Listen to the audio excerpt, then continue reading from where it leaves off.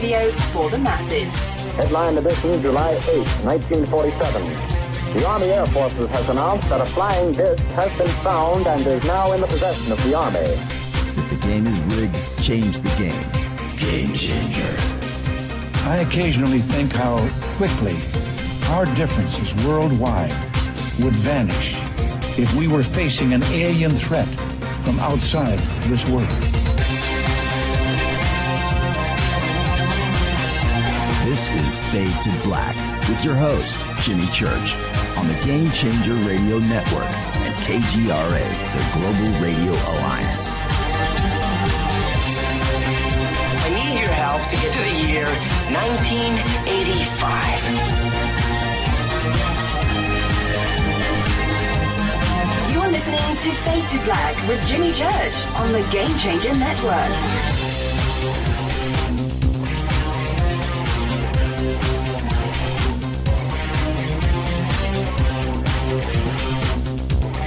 Good evening, Fade to Black. Bespoke Radio. For the masses. Yeah, man. How you doing? How you doing? All right. Today's Tuesday, December 10th, 2019. 344 days into the new year, just 21 days left. We are live from a bunker somewhere in the middle of beautiful downtown Burbank, California, and I would like to welcome everybody listening all around the world, all across the United States. Hither and thither, to and fro, back and forth, up and down, east and west, north and south, far and near.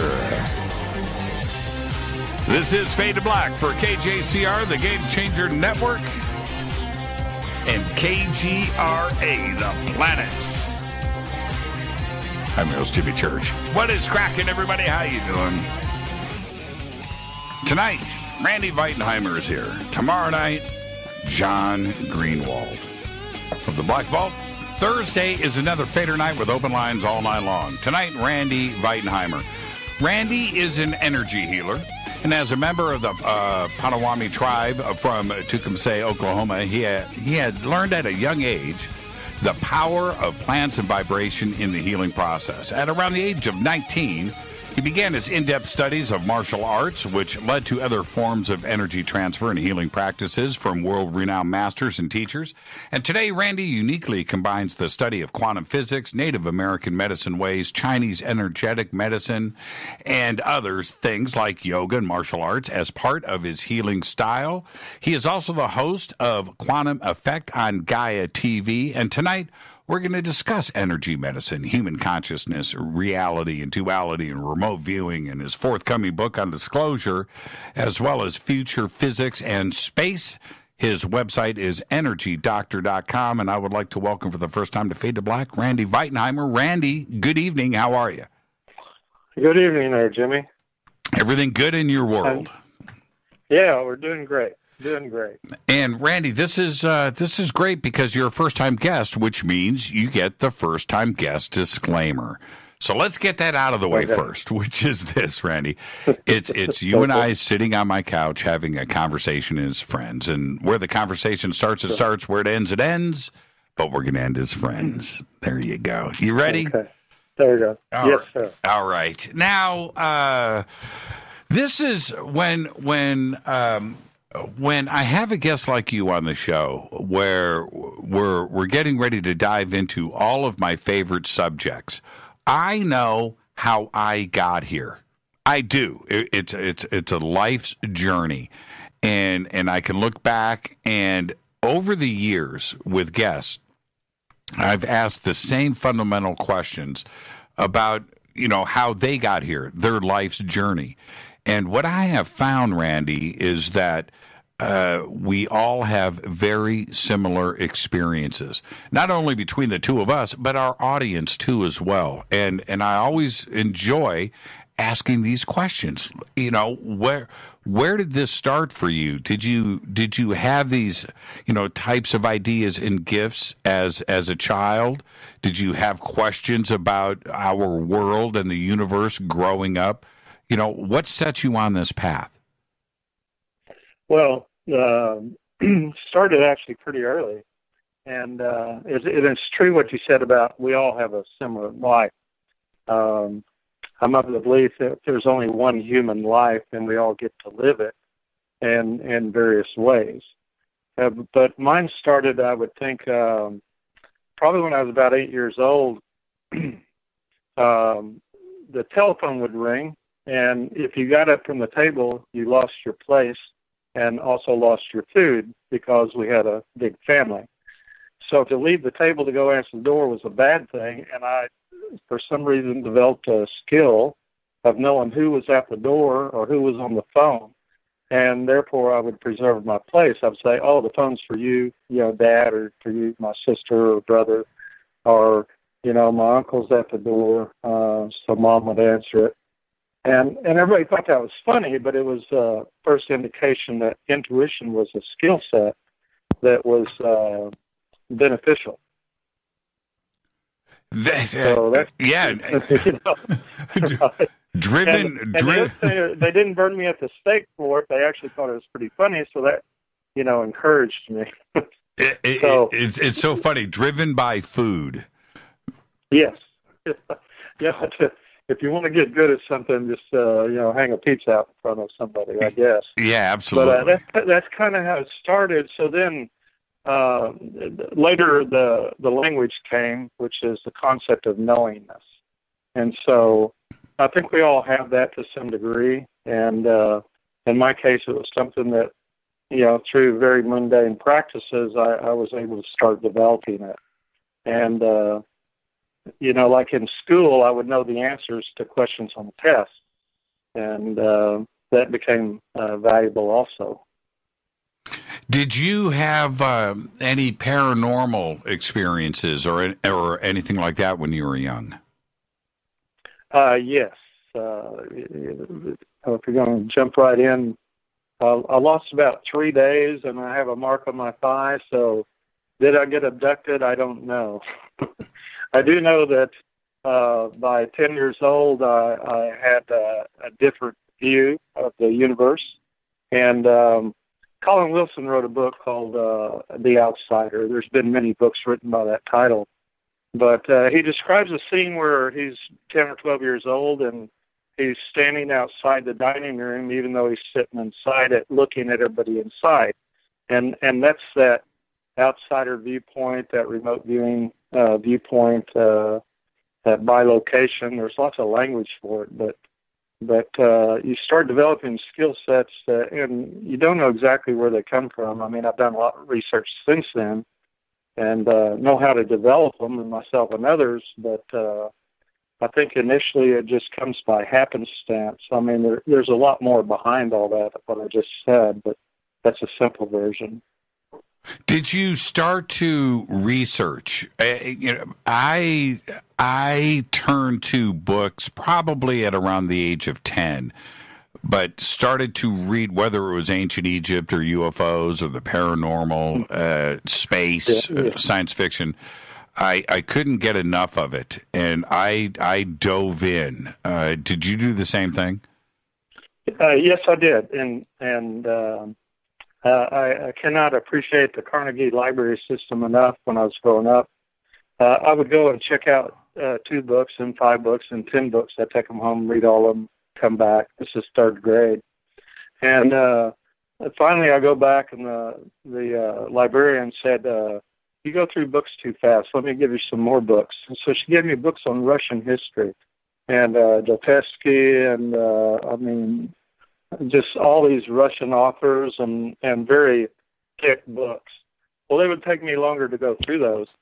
But another event that happened was around 13 in Tecumseh, Oklahoma. I came across a book called Chuang Tzu, Genius of the Absurd, and I'm sure I mispronounced the author. But the book would make me so mad because the thinking was different than what I grew up with or was aware of. And I would take the book and read it and then throw it against the wall because I couldn't understand it. It took me several years to get through it.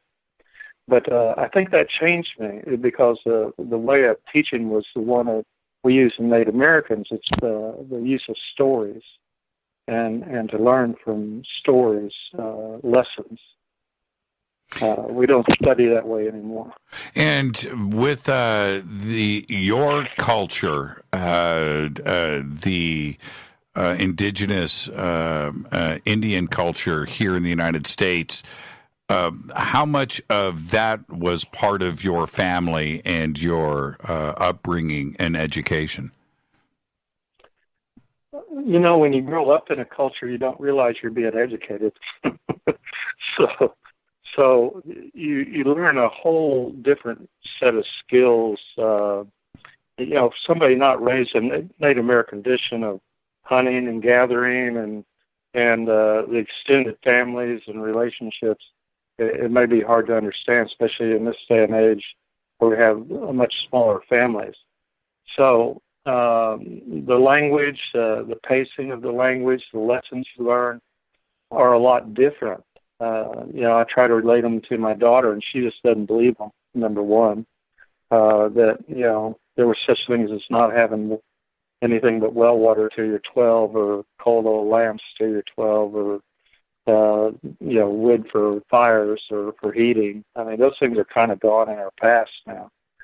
And but the elders of the tribes I was always fascinated with. They always had good stories and good lessons, and to this day, you know, anytime I find a medicine man or shaman of any of the Native American tribes, I try to find them and sit down with them because they have so much to teach us.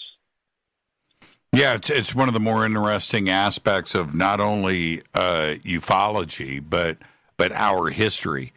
And you can go and look at the symbology, and you can and listen to the folklore and understand that they had a firm grasp on another dimension, on learning from something else that is hidden. And it's something that we just, in modern culture, we just don't even appreciate. But this is part of life, isn't it? Yes, it's. I love the current topics. Say there were aliens and you wanted to communicate with them. There's plenty of alien species on this earth. Native American traditions. You learn to speak to animals. You learn to speak to plants. And the part they leave out when they're teaching it is it's not just speaking. You learn to listen. And it's pretty funny because that comes up in everything from special forces training to wilderness training to, of course, just being out and being alive in the woods or in the wilderness. That to be able to communicate with just the species that are here on Earth is a big deal. And, of course, nobody teaches them much, but they're very much inherent in Native American language and life. So, do you feel that communication was a real one? And I'm referring to the different tribes across this country that make these references. That this was not imagination. This isn't some type of a folklore that was just, spoken about for entertainment, that this was something that they did, and this communication was real. Yes. One of the things that happens that we talk about, people that are intuitive or are able to know things without particular having gone to school or having that experience, that knowledge is available to us. I tell people that people use cards, they use crystals, use pendulums to try to find the truth of things. But basically what they're doing is using that as a tool to access their subconscious or greater consciousness. And that access to the greater consciousness becomes a method to be able to interact with knowledge and not only knowledge, but all knowledge. And we see that a lot of different ways. Einstein would dream at night, Tesla would dream at night and keep a notebook and write down information that came to them, and that's what they said. Well, Native America is no different. You would, get out where there was less distractions, and of course, growing up, we lived out in the middle of nowhere, is what I call it, and there's less distractions, like when you're out hunting or out being in the woods. So your awareness expands much more than when you live in the city. And tell me about your transition into the world of martial arts, because all of the mental awareness of yourself and the focus on self certainly rolls over into the martial arts, doesn't it? Yes. People misunderstand martial arts. And Kung Fu particularly, the first 6 years you learn to fight, and then you spend the rest of your life trying to figure out how not to fight. And then the other part of it is after 6 years, you actually start learning the healing capacity and functions of the body and the human energy field, and to be able to utilize them to help other people. And that's the path I pursued. And of course, I did it under bad intent. I went to a Kung Fu class because I fought all the time for various reasons for that. But I decided I need to learn how to fight better. And one of the telling things is my first teacher's was just named Supreme Grandmaster of Kung Fu in China. China recognized him for that. And that's Supreme Grandmaster George Ng. And I went to him and he said, "Why do you want to study Kung Fu?" And I said, "I want to learn to fight better." And he said, "I'll teach you to fight if you learn how to heal." And I was like, okay. And not knowing that's basically a 40-year program in traditional Kung Fu. So I set myself up for something, and of course now I don't fight, but I do a lot of the healing side of it, which comes from traditional Chinese medicine, and that's what it's called, Chinese ayurvedic medicine, or medical Qigong therapy is a better language if people want to look it up. Now, were you ever in the military, or with your training that you did with the military, was that as a contractor? Yeah, I was not in the military. They decided that I was too violent. Okay. That's an accurate assessment. But later, because of the training I did and the teachers I had, like Grandmasters is a pretty high level of achievement in martial arts, and I've studied and been kind of passed around to about a half dozen of them over the years. I would move to where my next teacher was and then study with them. In the beginning, you had to have a letter, like Master Ng wrote a letter to Grandmaster Archie Wong in L.A. there.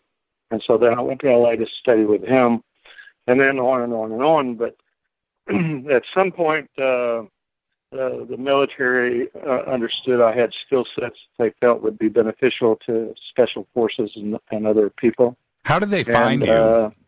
How did they find you, Randy? Two of the teachers I was studying with also performed training for our special forces. Grandmaster Tuhon Gehi was one of those. And so I was studying pretty hard under him for several years, and they approached me to do some of the training for special forces. He was one of the first ones to train our special forces in martial arts. And so I was coming in to kind of perpetuate that. And it's pretty interesting. 30 years later, they reach out to me to do that again. So the skill sets, once you learn them, you pretty well retain them. And of course, like anything you learn, I love the movie Lucy when they ask, "What's the purpose of life?" And it says to pass on what you've learned. And so, like all martial arts teachers, that's what their purpose is pass on what they learn. Well, that's the same purpose for medicine men and for shamans and stuff in our Native American tribes. Our elders is to pass on what they've learned. And what do you teach the special forces? Because Kung Fu or any of the martial arts is years and years of training.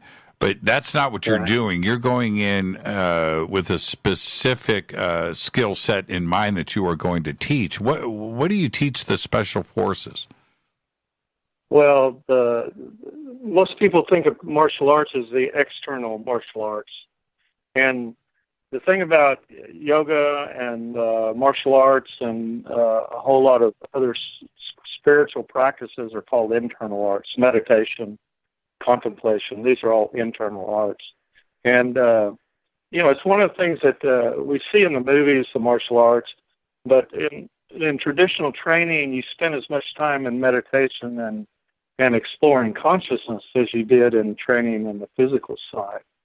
So I bring in a whole different skill set and what would be traditionally learned as far as all the movements and everything. I bring in the awareness, and that's why I teach it. I'll give you the program. It's real simple. Awareness is the first martial art. Well, that's true for anybody that's going to know about themselves and know about life and how to pursue it. Balance is the second martial art I teach, and if you're not balanced, then you have no control over yourself or over your life. The third one is moment. It's called timing under heaven. Like in mixed martial arts, they make me smile when I watch the things on TV because, they throw hundreds of punches that never land. And the idea is, first of all, they don't have a good proximity sense, which is also what I teach. And it's like, why would you throw a punch that doesn't land? And then we go from moment to movement and then movement to momentum. Those are the first 5 out of 10 martial arts I teach. And the end result is you become a heck of a lot better. I mean, way above everybody else. And I've demonstrated this with special forces people that I've taught in the past. And that's part of the reason they came to me is like, we know you've been training some of our people. So...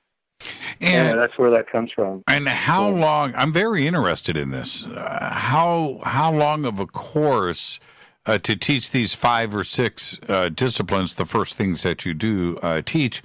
How long of a course is this for the special forces? Well, it depends on. To answer your question. Anywhere from, a month is too short a time. It's just an introduction would be a month of training. It takes about 6 months to a year. What I've done is develop exercise or meditation sets that give you the skill set way faster than traditional training. Pain is something that existed prior to pleasure. As far as the human nervous system. And so we're very pain avoidant. And so you can use that, right? It doesn't mean you have to hurt somebody to train them. It means that they learn to avoid, throwing a punch that doesn't land or being in a situation. We say the best martial art, I tell people I teach the ultimate martial art, don't be there. Right, of course. So, yes. If you miss the fight by 5 seconds because you're late or too early or too late to show up, then you miss the whole show. And that really is the best way to have it. That's awareness, is to not go there, not be there. Do you also get into energetic medicine with the Special Forces? And the reason why I ask is because there's so much more to martial arts, and it's also the discipline of the mind. And the Special Forces having these types of skills taught to them, I think, would be extremely advantageous. And certainly energy medicine would come into play. Yes. The ability one of the first skill sets I teach is how to drop pain out. Like pain is instantly gone. So when you get hurt or when you get cut or anything, it's instantly you're out of the pain. So when you're out of the pain, then your mind is not consumed by it, and so you're able to continue fighting. So you think about if you take a punch or something, you can't take time to cry or to think about that you're hurt, and you have to keep going. And so stamina becomes much more important than strength. And these are opposite of the ideas of how we train our professional football teams. I mean, it's just shocking to drop out the pain somebody's have or even an injury. And that gets into some specific instances that, and I could relate some of this, that when you drop all that out, you're able to continue to function, and that's a very high skill set to have. So those are some of the things I teach. Now, and as far as healing, that is what happens after you learn to control your own energy system. You learn to control others. So that's a skill set also. Now, when we come back after the break, I want to talk about this pain, or being able to. How does that happen? I mean, if I've got a sciatic nerve that's pinching in my back or my hip, it's very painful. Are you saying that I can erase that pain? I don't have to worry about medication? Yes, absolutely. So, how does that? I'll give you a quick example. I had a college football player who went on to win a Heisman and stuff, and he had a high ankle injury, and for 3 weeks, and the trainers and the medical doctors, nobody had fixed it, and so finally the coach sent him over to me and said, "Don't talk to him, don't tell him nothing about what you do, just fix it." I thought that was pretty funny. So he came in with one of those boots on and stuff, high ankle injury that hadn't been able to find any kind of relief from. He was in pain. And about 15 minutes later, he's jumping up and down, and out the door he goes. He ran for 300 yards against Nebraska that year, became a Heisman Trophy winner, like I said, and became a very successful NFL star. I did not fix his ankle. I fixed the emotional content behind it. Nobody's ever asked me. So all pain and all injuries have an emotional component. All disease has an emotional component. And emotions are energetic, and we can override that energetic component of it.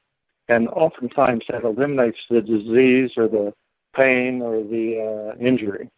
Now, your body still has need to heal, but if it's strictly an energetic issue of memory, which is what all injuries are, then it can be overridden. And the technique is I use my energy field to override yours. Can you teach me how to do it? I understand you using your energy field, but you may not be available to me. How do I, and we can get into this in depth after the break, but can you teach me to do it? Well, remember the martial arts we're teaching. The first thing is awareness, so you become aware of yourself. You'll be centered. That's the other language we use. It's also how you get to be in balance. And the balance point is called neutral. Think about if you had a water bottle sitting there. You want the water bottle to be completely full, that's you. And then you want it to be stable. You don't want it to be leaning or anything, right? And because if it was leaning forward, backward, right or left, it would be unbalanced. Now, think about that as applies to your emotion or mental state, right? So if you're in balance, you're burning off energy that otherwise would be available to you. But the key component is to have a bigger energy field. And I can give you exercises, and you will have a much larger energy field. And, like right now, you have about 21 volts along your spine. I mean, I can read that on anybody because that information is available out there. And, the water bottle, we want to be 100% full. You need to be 100% yourself. You run about 48%, which is high. Most people run very low, 2 or 3%. You're supposed to have energetic inputs. These are in Chinese medicine as acupuncture points. And all these can be worked with. All of them can be developed, and you can have a big energy field. And obviously, if you have a big energy field, now you can influence another person's energy field. And so we know that. And we can talk about that maybe after the break more. Yeah, let's give you examples of it. Yeah, absolutely. Let's take our break right here. Our guest tonight, Randy Veitenheimer. He is an energy healer, and tonight we're going to continue our discussion of energetic medicine. We're going to talk about human consciousness. We're going to get into some remote viewing, and we're going to talk disclosure, too, as well, and physics and science, all of the good stuff.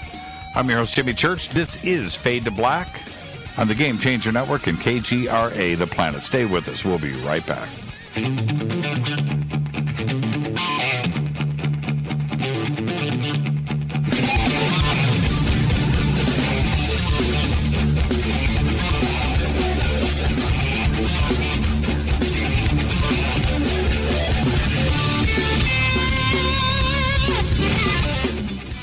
back, Fade to Black. I'm your host, Jimmy Church. Tonight, Randy Veitenheimer is here for the first time. Tomorrow night, John Greenwald of the Black Vault joins us.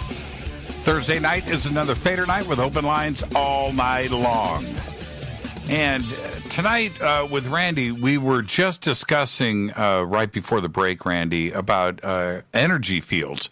And look, if I've got a headache, right, or I've got something going on, and I don't want to turn to medicine, ibuprofen or whatever, Advil, and I don't want to go down that road. What are the exercises that you can teach me, that you can tell us about, that will help me increase my energy field? What can I do? Okay. Breathing is the first kind of like martial art we learn. I teach like who taught you how to breathe. And I thought I knew how to breathe. In martial arts, you learn different breathing techniques. And then I took Kundalini Yoga, and there's about 27 different breaths that you learn.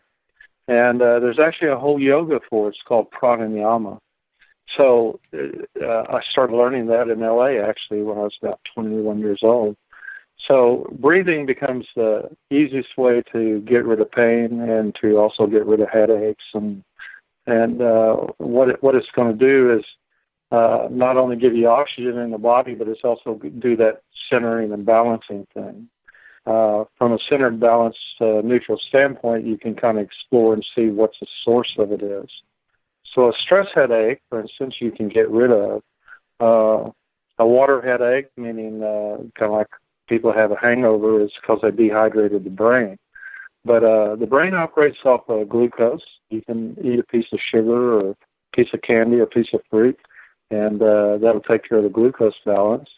And then carbon. So the brain, I tell people, burns water. It burns oxygen, it burns carbon, it burns glucose, and it burns off a heck of a lot more energy than the physical actions. So you can be a lot more tired from mental exercise than you can from physical exercise. I think everybody knows that. And when you say breathing, specifically, what would be a simple breathing technique for somebody like me? Okay. Well, the first one would be to it's called circular breathing. To inhale and feel the air or the energy, whichever way you want to call it, moving down the front of the body, and as it circles under the body, you exhale and it comes up the back of the spine and over the top of the head and out through your nostrils. So this is a visualization technique when you breathe. It's called circular breathing, and it's one of the first things we teach in martial arts. That is the water course I just described, which is to breathe and let the water flow down. The second way is to inhale and have the energy flow up over the forehead and top of the head, down the back, and when it reaches the perineum point, you would switch to an exhale and bring the energy up and out to the front of the body, and that's called the fire course. So circular breathing, to imagine that, and people can find that on the internet if you go looking. The second way is called counted breathing, inhaling for 4 counts, holding for 4 counts, exhaling for 4 counts, and then holding for 4 counts.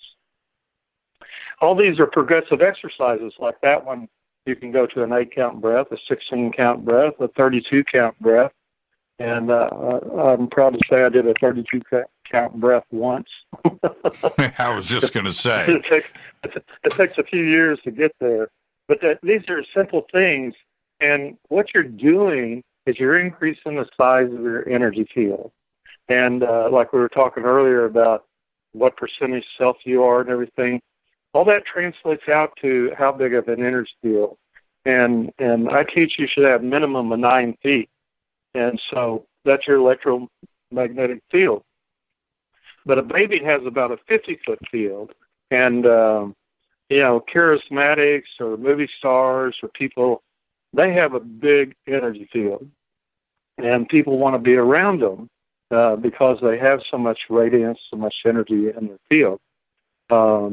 When you're sick, you have none or zero or an inverted electromagnetic field, and of course that's a disease state, and that's what we want to change. And there's exercises, breathing being the first one, but there's other exercises to increase your energy field. Very interesting. Very, very interesting. And everything is connected. So if you go through these breathing exercises, are you also, because of that, becoming aware of the self and your own consciousness? Are you opening up those doors too? Yes.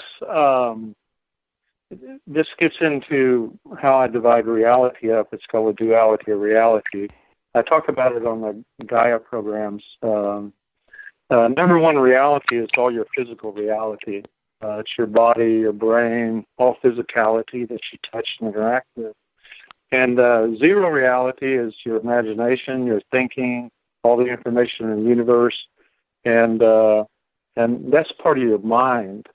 So imagination, creativity, all that stuff is out there.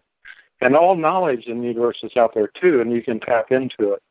And there's ways to do that also. And of course, that's what we call becoming more intuitive, but it's much broader. It's a much bigger thing to do. So, people, the easiest thing for somebody to do at night is to sit down for 5 minutes and close your eyes.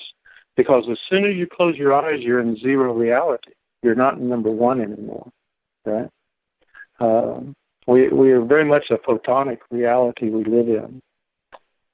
Light. Take that further. Well, our perception is largely through our eyes, and then secondary through sound, and then through touch and taste and smell. And each of those is received and filtered. And, one of the things about the first martial art awareness, the same thing in Native American teachings, you go out in the woods and your hearing becomes immensely better. Your proximity sense goes way up because you're looking for threats. So there's all kinds of benefits that come from closing your eyes and just sitting for 5 minutes. People don't have to go to meditation training necessarily to be able to calm themselves down or to become more centered, to become themselves. And when you start this process, do you also incorporate the breathing? Yes. The easiest way is to close your eyes and do either the circular breathing or to do a counted breath. And what's going to happen is you're going to come back to yourself, and you're going to come back to your immediate proximate reality, which is exactly where you are. If you think about, say you fly on a plane, your energy field stretched out way behind you, or riding a motorcycle. When you come home, you're still stretched out behind you to work, and you want to complain or talk about work or anything you've been doing because you're still carrying that. And so when you come home, you really you want to disconnect from all that and literally just be yourself. Well, how do you get rid of the noise? And this is because I do this all the time. And when I close my eyes and I try to concentrate on breathing, I can't get rid of the brain activity. I can't get rid of the noise. My brain is still going, and I can't slow it down. The only way, because I'm thinking about so many different things, and I'm saying this for the audience too, because they have the same issues, is that the only way I can get rid of the noise is to add more noise. I have to listen to something. I have to watch the TV, or I've got to turn on. I've got to have some audio stimulation coming in to get rid of the brain clutter. Otherwise, I can't center myself. So how do I get rid of the noise? Well, what we're describing is the ability, excuse me there, is the ability to be with oneself. And if you are not comfortable with yourself, then you kind of like have to have the noise. Now, the other thing is like all meditation, I teach, I've taught meditation. Oh, that's really noisy. Whatever you're doing there, you can't do that. Okay. Wow. Okay. So all meditation is just to get to the end of it. That's what I teach people. So it really doesn't make any difference in what meditation you do.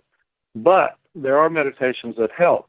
And when your mind will not calm down, we do mantra meditation. And mantra meditation means to recite a mantra. And I have preference for Kundalini Yoga. And the beginning mantra is Sa-ta-na-ma. And what happens when you use that one, I mean, there's hundreds of them. But as an example, that's the one we teach first. And you look that up on Kundalini Yoga or internet. The idea behind it is your thoughts orbit. So what you're describing with you is an orbit of consciousness where your thoughts just go round and round and round and round and round. And people do that when they're trying to go to sleep too. So Satanama meditation gives you a block. It's kind of like the thought goes around and hits that meditation, and eventually it'll just stop. And at that point, your thoughts no longer orbit. What that means is you can think, but you're not in that orbiting of thought that you have no control of. Remember, the purpose of all this stuff we're teaching is that you gain control of yourself. It's the martial arts is to gain control of yourself. It's not necessarily to gain control of other people at its highest level. Yeah, I have found that, again, I'm just speaking personally, and I'm sure that others can relate to exactly what I'm saying. Especially today, life can be very, very complicated for most people. There's so much stuff going on. And because your life is so complicated that you are always thinking about the day, or you're thinking about tomorrow, and you're and trying to even get to sleep at night is difficult because of the things that are swimming around in your head caused by the complicated lifestyles that we have. And I have that issue. And I don't have the ability, other than some type of outside stimulation, to take my mind off of other things.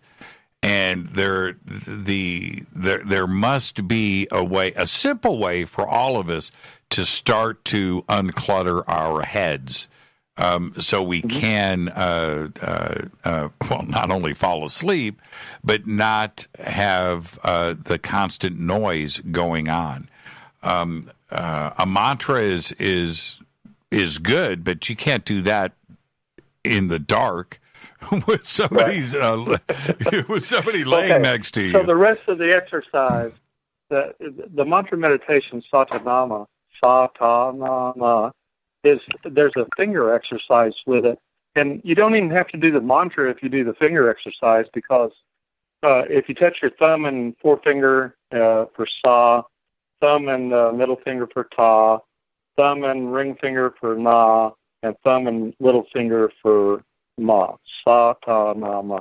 If you do that finger movement where you press your thumb and finger together and the thumb is constant through all of them, what you're doing is you're bringing balance and energy to circuits in the brain. And what's going to happen after a certain amount of time, like if you start doing it, you'll slow down and eventually you'll stop. And what that means is that you've brought the conscious, subconscious, and unconscious into balance. And when those are in balance, thoughts don't really come up. Certainly they're not pushed to the fore because they remain undone in the mind. So we're constantly in a fear state when we're at work and, of course, driving in LA and different things. Even in normal life, we encounter a fear state. And what Satanama is going to do as a basic meditation and particularly with the finger movements added in. I teach it to people that have extreme anxiety. If you start doing just pressing the index finger to the thumb and then the middle finger and then the ring finger and the little finger, you will calm yourself down, even if you don't do any breathing exercises. But these are all because you don't have a big energy field, too. If you have a big energy field, you have less need to do any remedial actions, which is meditation or exercises. So, but that's kind of rare in our society. So. Sure, and we keep talking about consciousness, and what is your definition? What is your definition of human consciousness? It's it gets into very simple language. Is that somehow we're a portal for information, and I've described this in the past about.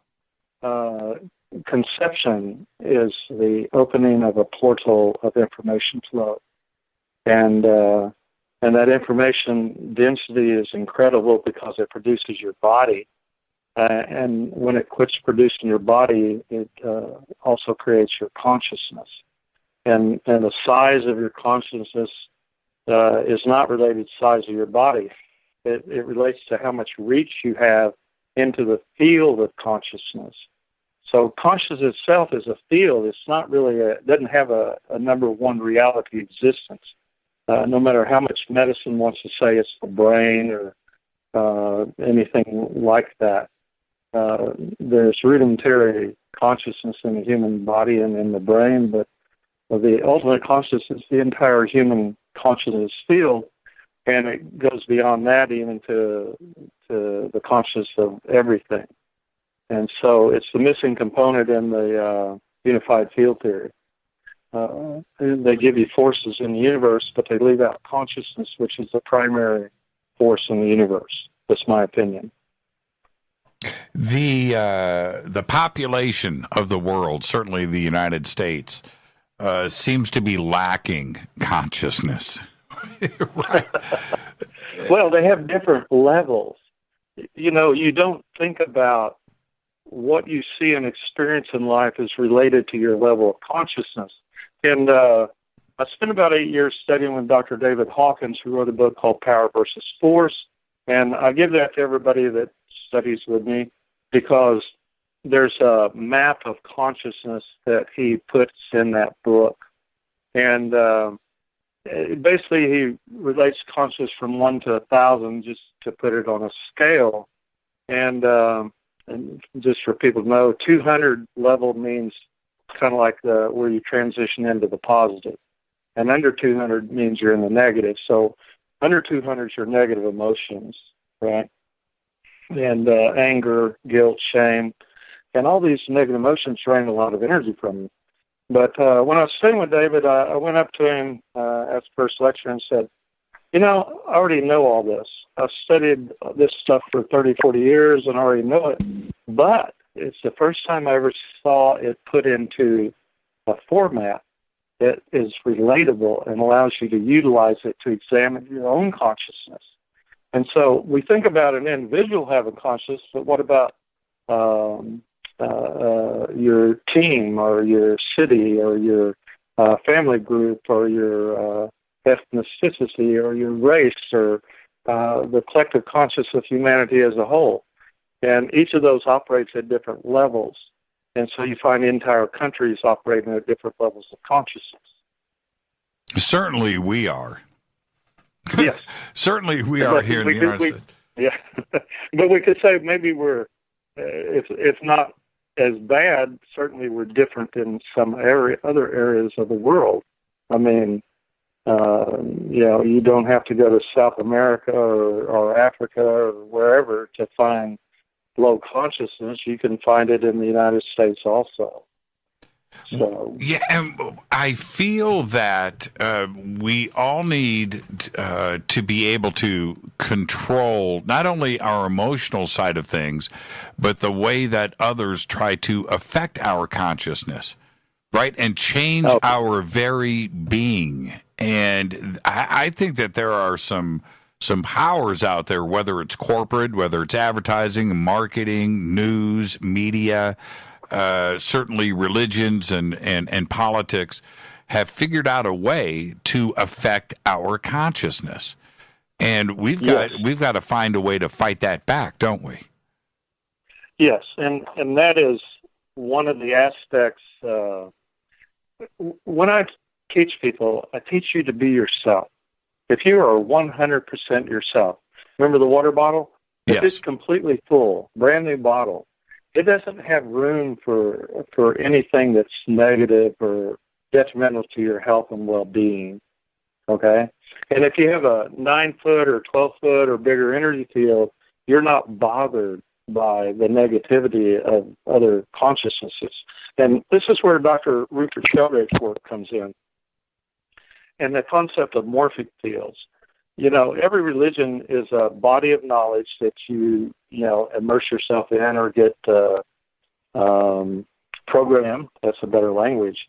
And your base level programming is something that has a lot of influence over your whole life about how you experience illness and disease and relationships. And that gets into a whole lecture or talk about.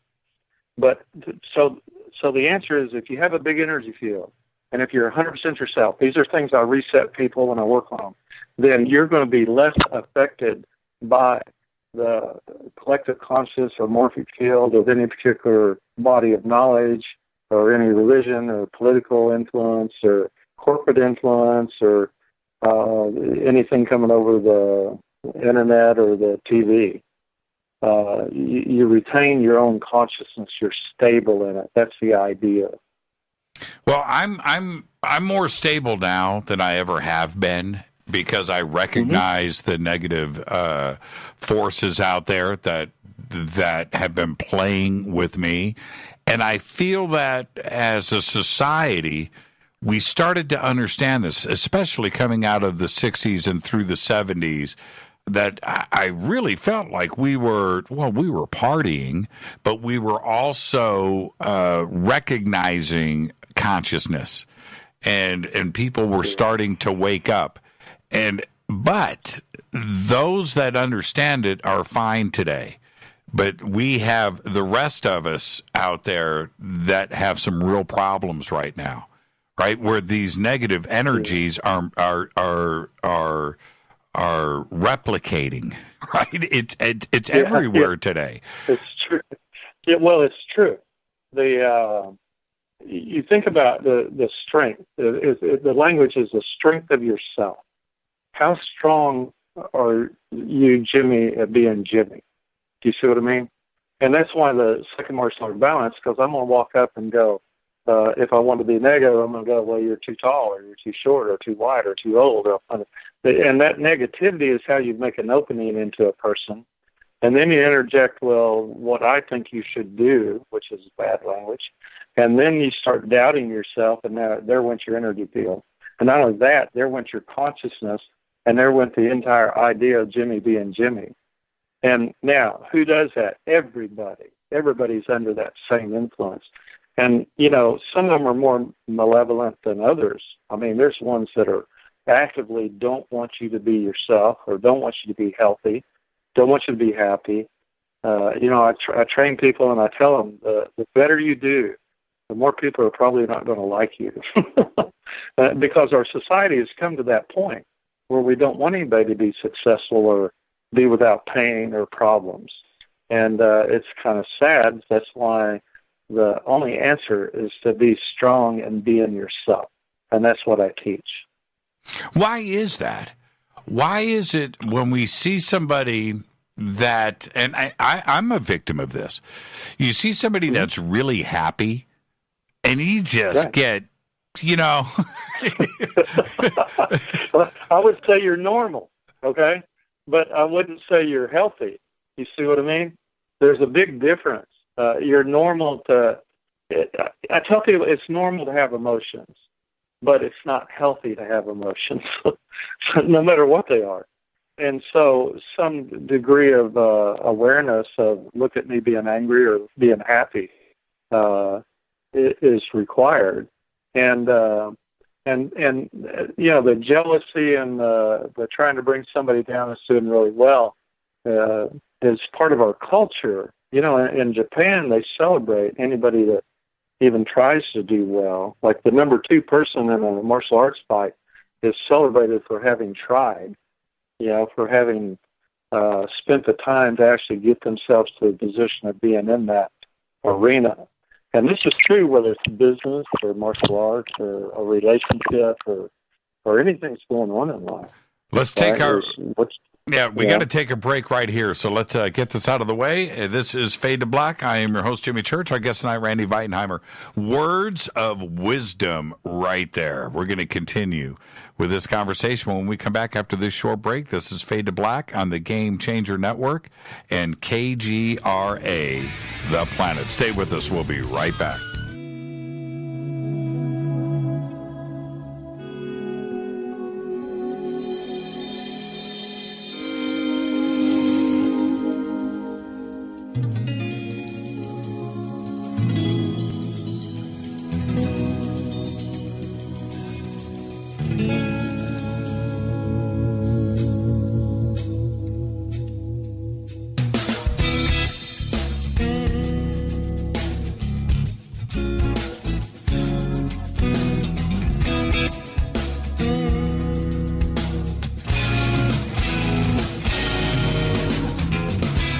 Welcome back. Fade to Black. I'm your host, Jimmy Church. Our guest tonight, Randy Veitenheimer. He's got a new show on Gaia TV. It's called Quantum Effect. You can go and check that out over on Gaia. And quantum. Okay. Randy, today there's quantum everything. Everybody has jumped on the word quantum. And I compiled a list. I'm not going to read it here. One day of all of the companies and products that now have quantum in the name, only because it's a buzzword. But quantum and quantum physics is real, and I study so many physicists out there that discuss not only the quantum mechanic theory side of things, but also the search for consciousness with quantum mechanics. And I think that science and consciousness and our community are starting to merge, aren't they? Yes. The science is an outcome of consciousness. Consciousness is not an outcome of science. And when you understand that, you have a proper relationship. 20 years ago or so, they started doing a science and consciousness conference. And there were about a dozen of those, and a lot of people you hear from today were present at those conferences. We used to go to Sedona and Scottsdale and different places and have those. And the voices that were there, Dr. Rupert Sheldrake, Russell Targ, Dr. Tiller, I mean, these are people that, now you hear about. We would sit around, and this was the first time we actually had both sides of the conversation going on, and the exploration of that. And one of the things that happened is that quantum language became a common language, and that's why you hear it. Hear it so much now, is the language of quantum physics becomes a language that we can share with each other for explaining things that otherwise we wouldn't be able to explain. Well, with Rupert and Russell and others, they understood the science side, but they were very interested in the consciousness side of things, and they were exploring. And you're absolutely right. Especially back then, there was a freedom of thought that was going around at universities, and they were trying to push this forward. Today, it's the hard physicists, the guys that are and girls that are out there working on math and equations and trying to figure out the puzzles of everything, are now coming to the reality they never considered consciousness before. But as the math continues, they realize now that there's another side of things that is pushing them in that direction of consciousness, but they don't have those answers about what is consciousness or what takes an inanimate object, a rock. It's the same atoms that our brain is made out of in our bodies, but the rock can't think and laugh, or can it? And what makes the transition? And that is what is really interesting today for me with science, is how it's starting to push, trying to find the answers, the fundamental things. What is consciousness and what makes us us? Well, a couple of things come to mind. Number one, everything that exists has consciousness. I think some of the movies, the trees would talk. Trees talk to each other. They communicate with each other. Animals communicate with each other. And so communication becomes one of those identifiers of consciousness. And so it's wrong to think that even rocks don't talk to each other. It's just that our consciousness doesn't extend to that level. We think about molecular interactions. We can look at those. We look at atomic, subatomic, and then you start getting into quantum. And of course, now they're finding out there's a subquantum and another layer, and there's actually a layer beyond that and a layer beyond that. And that's kind of the physics I've been exploring for 30 years. And it's different than the physics that's taught in our universities. But one of the things about science and consciousness, Russell Targ taught remote viewing, and he taught it through a linear intellectual approach. And I sat down with him one day and was able to demonstrate a nonlinear approach, and it shocked him. And he said, "Well, where did you train?" And I said, "Well, I train in consciousness, through meditation and Tibetan and India yoga and martial arts and different aspects. And I can arrive at the same level of information a lot faster than you can." And I demonstrated that to him. And he later wrote a book, I think his last book he wrote, where he talked about that he had finally come to a point of consciousness and exploration that exceeded scientific inquiry. And it is just as valid. All life is experiential. What's a non-linear approach to remote viewing? Okay, this gets into some of this physics stuff of translation physics. You don't really go anywhere. You think about traveling in your car. It's kind of an interesting concept. You're still there. What changes is around you changes. Remember that proximity sense? And a book I've been writing on for 5 years called Proximate Reality. So the only reality exists is the one that's like 3 feet, 9 feet around you. I mean, that's it. Everything else is a matter of information flows. So when you recognize that through exercises and meditations and training techniques, this is part of what I teach. But you can come to the point of knowing what's going on somewhere else. You can know what's going on with somebody else, and without talking to them. And so that extension of your awareness is an extension of your consciousness, and vice versa. So there's the answer, but it would require an hour of explanation, maybe. Well, so what you're suggesting is that Russell and Hal and Ingo and everybody else that was at SRI working on remote viewing, their linear approach was a methodical one where you are drawing, you're illustrating, you're going through the logistics of what you are seeing to assemble what may be another location in front of you, but you need to go through the steps. You're saying that you bypassed all of that and just went to the end result. All of it. Right. All right. Number one, we don't process things. It's a fallacy. So there went a lot of psychotherapy and a whole lot of other things. And so when you factor in interpretation to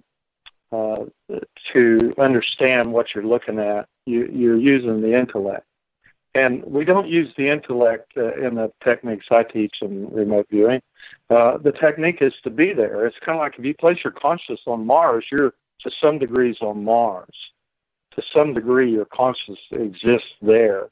And then if your awareness, remember that first martial art, is sufficient, you can pull information. I do it all the time when I work on people all over the world. I'm not there physically, but I'm there with my consciousness. And I can describe them. I can describe what's going on around them, the whole thing, because you take your senses with you. This was a study Harvard did, excuse me, a few years ago, where when you go to sleep at night or when you're in a meditative state, you take your senses and you go places with them. Everybody knows that. We call them dream states. But when you're not dreaming, when your awareness, conscious awareness, is present, you can take it and place it on somebody or someplace else. And it's something that freaks people out when we do it in class. Like I can place my consciousness on you at a certain point, and you would think I was touching your shoulder or something. You know, so that's part of how it works. So you don't. The easy language is there's no there, and there's no here. I know it sounds weird, but if you close your eyes and put your consciousness on something, you are there, and you can develop that skill set to the point that you have live stream video. There's no difference than with your eyes are open, your eyes are closed. Can you do it right now? I mean, right now, as you and I are speaking. Can you place yourself? Okay, I can include you. Like I'm used to doing it, working on people, right? And I can describe energy flows in the body. That's kind of one of the skill sets I have. And so, for instance, like, are you in any pain right now? Anything hurting on you? No, I'm actually pretty cool. Right now, I'm in the good place. But what I was thinking is in a remote viewing by location sense, a duality type of entanglement situation. Can you place yourself into? Can you see me in my studio, in my bunker? And if you can't, you don't have. What I'm saying is, if you can say yes, then maybe I could. If you can place yourself there, this could be a lot of fun. I have a blank piece of paper in front of me. I have a notepad, right? And I could draw something on it. If you can place yourself in the studio, maybe you can see what I'm drawing. I'm holding up to the cameras right now a blank piece of paper. I'm going to draw something on it. I mean, is this something that you think... No. It's what I call value. I mean, I can tell you all kinds of things about yourself and this, that, and the other, and the value of, describing a piece of paper doesn't interest me. Does that make sense? Well, yeah, sure. I mean, here's the way it works, though. Let me tell you how it works. When you're talking or like if you have a wife or husband and you're talking to them, and you're sitting in front of them and talking to them, and then you call them on the phone. When you talk to them on the phone, you're talking to them in front of you. It's like their presence is proximate to you. It's within a couple of feet. And people do that. You see them talking on their cell phones, and they're waving their hands and doing things that would normally be associated with somebody directly in front of them. Mm-hmm. Right? So that is bilocation. That is having your presence or having the presence of somebody else within your information field, right? Now, sometimes it comes about when you're really relaxed. Sometimes when I'm really relaxed and around somebody I know, I can say, wow, that's a pretty blue shirt you're wearing or something. and it's just instantaneous because you're there with them, and it works, of course, better with somebody you're very familiar with. But to do remote viewing like you're describing becomes something that you would be invested in. It's like, why would I remote view a piece of paper when somebody hires me to go remote view a gold mining operation in Alaska? And they paid me a whole lot of money for it, and we were able to locate a lot of gold. Well, what I'm suggesting here, this is what I'm suggesting. I have drawn this object. In fact, my hand is over it. I'm sending the energy of this through this microphone, through our connection, through this phone connection, back to you. And I think something has popped into your head right now. And it's the craziest thing ever, but it's there. And I think I've sent it to you. You just need to say what it is, because I'm telling you, I'm holding it up to the camera. My hand is on it, Randy. Well, now. I don't have a camera, and I don't have that access to you right now. Like I said, the main thing I do, like I say, I work on people that have health issues and stuff. So, trying to read a piece of paper and this stuff, like I said, just doesn't interest me. And, you can say, well, I can't do it or I won't do it or whatever. But no, I'm not suggesting that at all. I'm not interested. No, yeah, I'm just not interested. But yeah. I know that it went to you. And so it flashed in your head. I guarantee it did, and you just don't want to say it, and because it's too weird.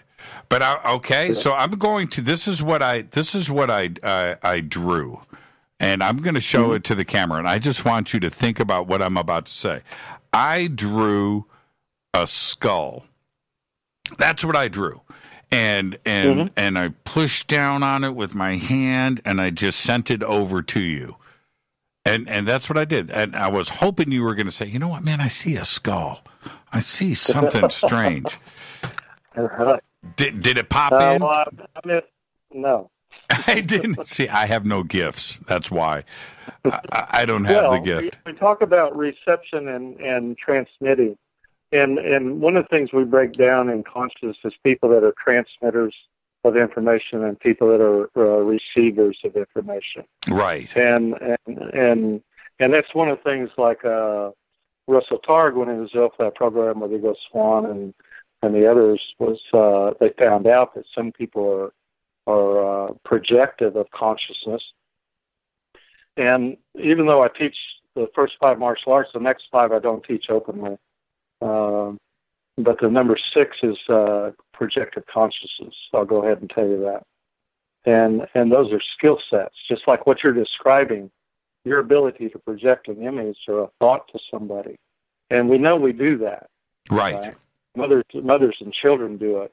But when you get older, you have a whole lot of crap, pardon my language, in your conscious, subconscious, unconscious prevents you from doing that. So we would say, is the fault on the reception or the fault on the transmission? And, in these kind of circumstances, there's just a lot of interference. That's the language on your part and my part. And that's my story, and I'm sticking to it. Right. And this is what I find interesting with that.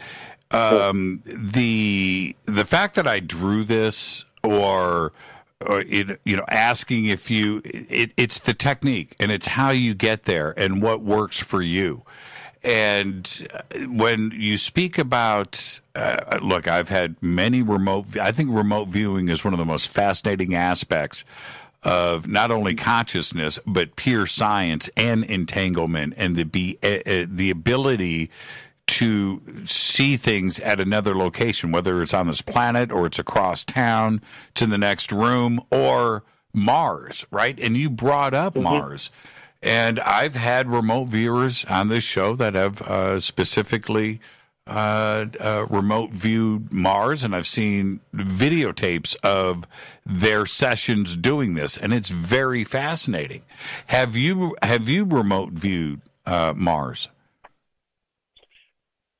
I've placed my consciousness on it, Like I said, it's a different thing. Let me explain it this way. When let's say you're in LA and going to San Francisco. When you start out, you're 1% or 99% in LA and 1% in San Francisco. But it doesn't change like 1% all the way up there. What happens is your consciousness is more in San Francisco at some point than it is in LA. And once you make the connection, like I'm going to LA today, I used to make that drive all the time. It's like once I'm going to San Francisco, I'm already there. And that's an example of where your consciousness has preceded you. And so that's part of the technique about placing your consciousness on different things. I don't use Mars. I use Phobos and some of the other moons around Saturn and different planets. And on those places, I've actually been able to be there, is what I call it. And what that means is I'm there with my consciousness, and I can tell you basically the temperature and what's going on around me, and it's like a full video. And so some people have that ability, and some people can develop that ability. But I developed them through the meditative techniques that come through Kundalini Yoga and other yogas, and also through the martial arts, particularly Bonpo and some other martial arts that basically aren't taught anymore. But it's a skill set that'll serve you to keep you out of trouble. That's why we teach it, is that if you can know the future just a little bit, you can avoid a lot of pain in this lifetime. You mentioned Phobos, and when you say it's like a video, explain that to me, because obviously Phobos has got this monolith on it, that Buzz Aldrin's been talking about for years. Were you able to see that? No, not specific. I did not look for that. I was looking at just the terrain and the composition of like where I was standing. It's one of the things that a lot of the people that relate, let's say, off-world adventures, were they really there, or were they there with their consciousness? And is there a difference? Right. That would be my language. How would somebody know the difference? I mean, if somebody goes through that, Randy, they don't know necessarily the difference of something physically, being there, and it's their consciousness being there, and they assume that they were there physically. Am I understanding you correctly? Yes, and the reason is that's the only way they can relate to it. Remember, consciousness is not a function of the body or the brain. That's a fallacy of science. Consciousness is pervasive, and it's localized, and it can be moved, and it's the same thing. It's you don't move like from here to Mars. You don't move from here to Mars. It's like the universe moved and you're on Mars. It's like you eliminate some of the dimensionality of time and space. And I explained that. Emery and I did a talk where I explained that. Like, excuse me, just a minute. That you can eliminate some of the dimensionality in travel. And I demonstrated this going 400 miles from Tecumseh, Oklahoma to Shreveport, Louisiana one night, and I did it in 4 hours. And you can't do that traveling in a car. It's 400 miles. And so I didn't do what I did coming back, and it was an 8-hour trip. And people say, how do you do that? Well, you eliminate some of the aspects of time or space so that you don't travel through so much. Well, the same thing happens when you dream or you get a vision of being somewhere else. You don't get a vision of being somewhere else. You are somewhere else. You're there with your consciousness, but you're not there with your physical body. And there's no difference in your experience. We know that through dream states. Fascinating. Let's take, there are so many aspects of this that answer questions. And when we hear people talk about their experience, and my own experiences as well, that are real, right? Nobody's going to convince me otherwise. And this explains an awful lot. Randy, stay right there. Let's take a break. This is Fade to Black. I'm your host, Jimmy Church, on the Game Changer Network.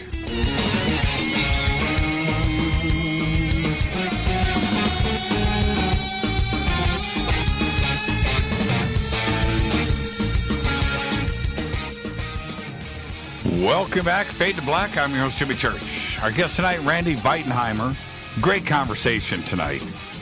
Tomorrow night, John Greenwald of the Black Vault is back with us. Thursday night is another Fader night with open lines all night long. And tonight, talking right before the break about remote viewing, and I found it interesting how the linear aspect of this and the teaching of remote viewing and the techniques for it. I haven't done it yet, Randy. I want to sit down and take a class and go through this. But there is a method that is taught and where you go through very specific steps and train yourself to do this. And everybody can do it.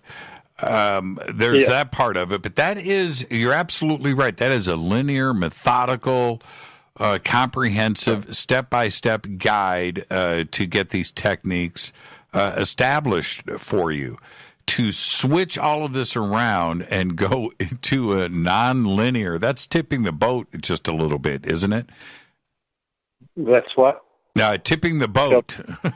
Yes. Rocking the boat. It, like I said, it was a shock because Russell finally came to realize the technique I was teaching is probably a better technique. The SRI technique, Stanford Research Institute, is the linear technique, and I teach a nonlinear, which is consolidation of the consciousness to a point of existence, and then being able to move that point anywhere in the universe. There it is, simple as everything, but there's a set of exercises for it, just like there's a set of training for SRI training. Right? So the techniques I teach have been around for 1,000 years, and the techniques SRI teach have been a product of the intellect in the last 50 years or so. And of course, I'm prejudiced for the ones I teach. One of the things, something that comes up, like the secret space program and all these people relate different experiences. And there's a phenomena where the information density of what they're relating can be calibrated as versus a reality versus something that's either been implanted through virtual reality or through other techniques or even from a dream state. Because I can relate a dream state to you with all the validity of something that actually happened in number one reality. But if you look at the information density, it's different. So something you experience in life that you experience and you're present while you experience, the information density of that experience is much greater than one that you've been programmed to or you're relating from a dream or a fantasy or something else. And so that's another technique that actually comes as part of the remote viewing and the consciousness evolution. How do we, if you are, we're getting into a zone that is pretty sensitive for a lot of people, but if we, I'm saying we in a general sense, if we have an experience that we are relating to other people, and telling the story of us being on another planet or fighting extraterrestrials or speaking with extraterrestrials, and we are telling these stories and these experiences, are you suggesting that not only they are probably not part of reality and reality number one, but they may just be fantasy? And we are projecting it as a reality? Yes. Remember, projective consciousness. Right. So Now, not just projective, but participatory consciousness. And so for those that would be sharing these experiences, to them it may be a reality. Yes, absolutely. Because they have no ability to self-discern, right, the truth of it. Okay, right. Sometimes you find it in accident victims. They'll come back and relate a reality to you that of an experience they had, and it's absolutely false. But they either are pulling information from the collective consciousness or the field of consciousness itself. They're pulling it from somebody else, or they're being communicated with by entities, spirit attachments, non-conscious entities, consciousnesses that exist without physical form. I mean, this gets into a whole big deal about where all information comes to us and how we then turn around and relate it to our existence. Would modern medicine call that psychosis or schizophrenia? Well, they might, but to me, it's what's the source of your information? In other words, like if I tell you I went to a movie the other night, did I go to a movie?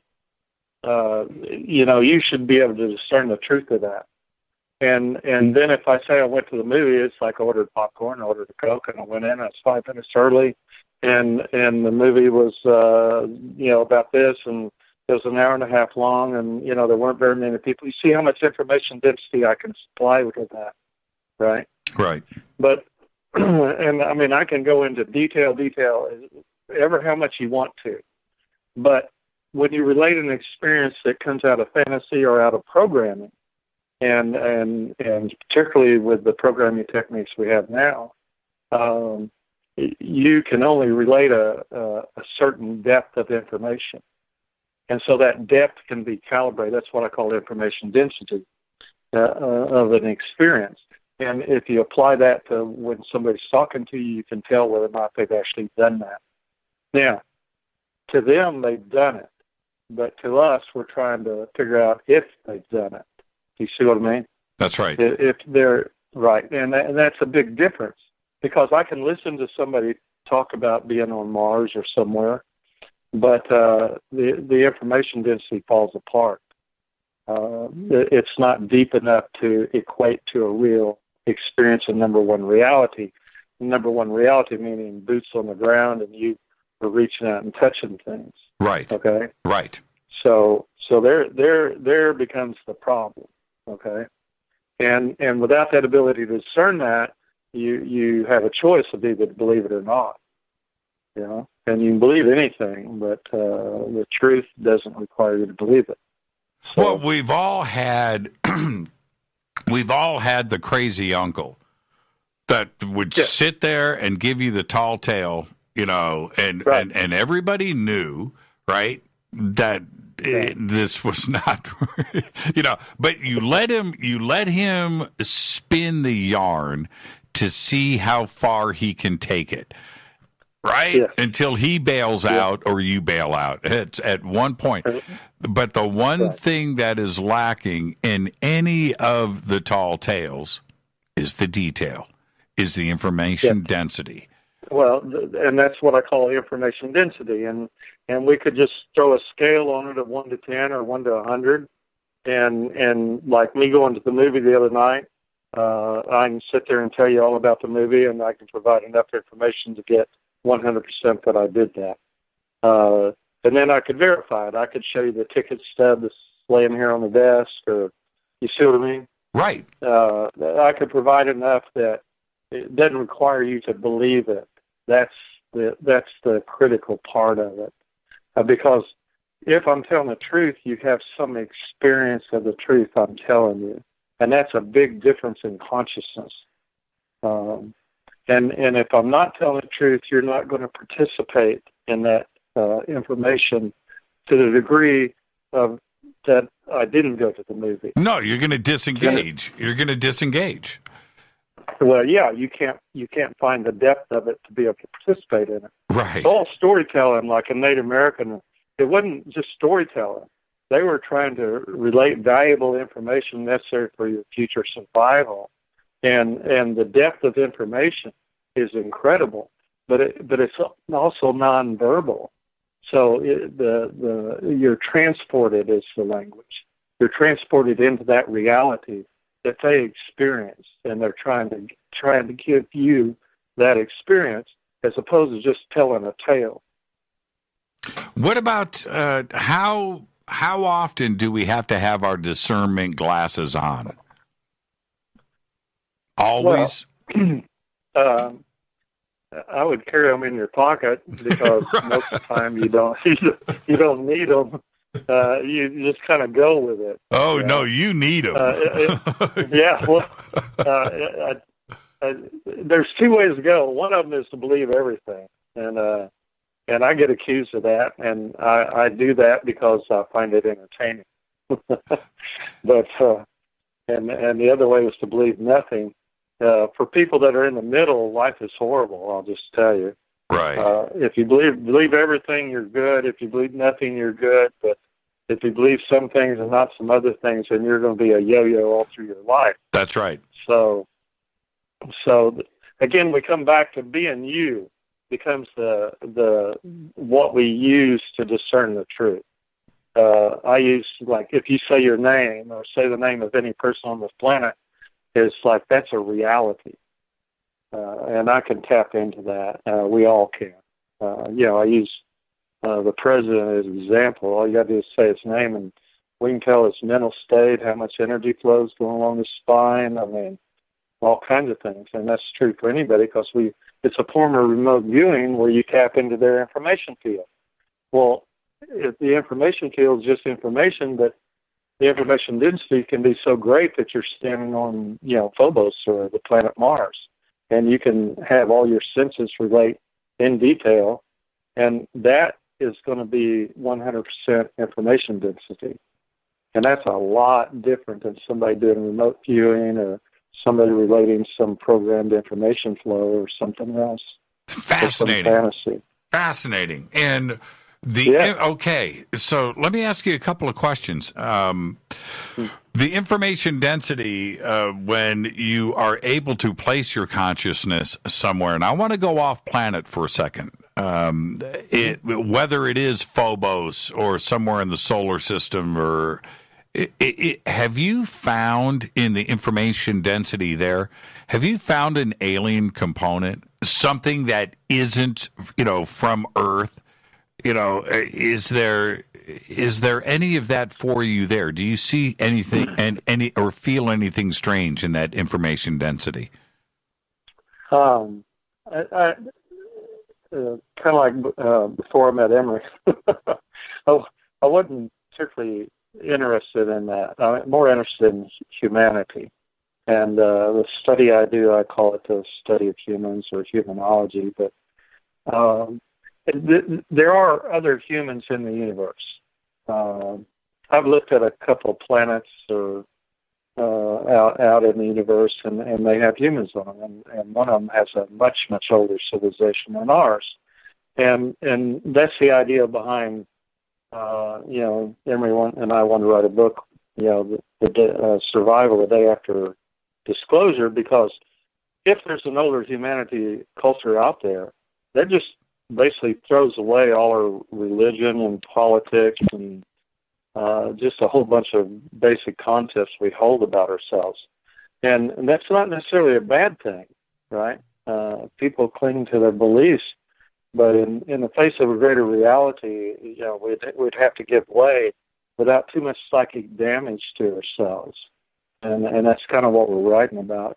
But to me, from remote viewing or placing my consciousness in other places, I've found two other places where humans exist in the universe. So we're not alone, but they're a long ways away, right? Oh, that was my next question. Are you able to pinpoint areas or specific stars and star systems? Yes, I did that one day. I wrote them all down, and The thing about that is like, okay, so I went out there and I saw them and I wrote down the coordinates or what particular star system. In fact, I had to look it up. Give me just a second. Oh, this is fascinating. One time, there's one like civilization at 43 light years away. And I'm like, well, I don't know the stars at 43 light years away.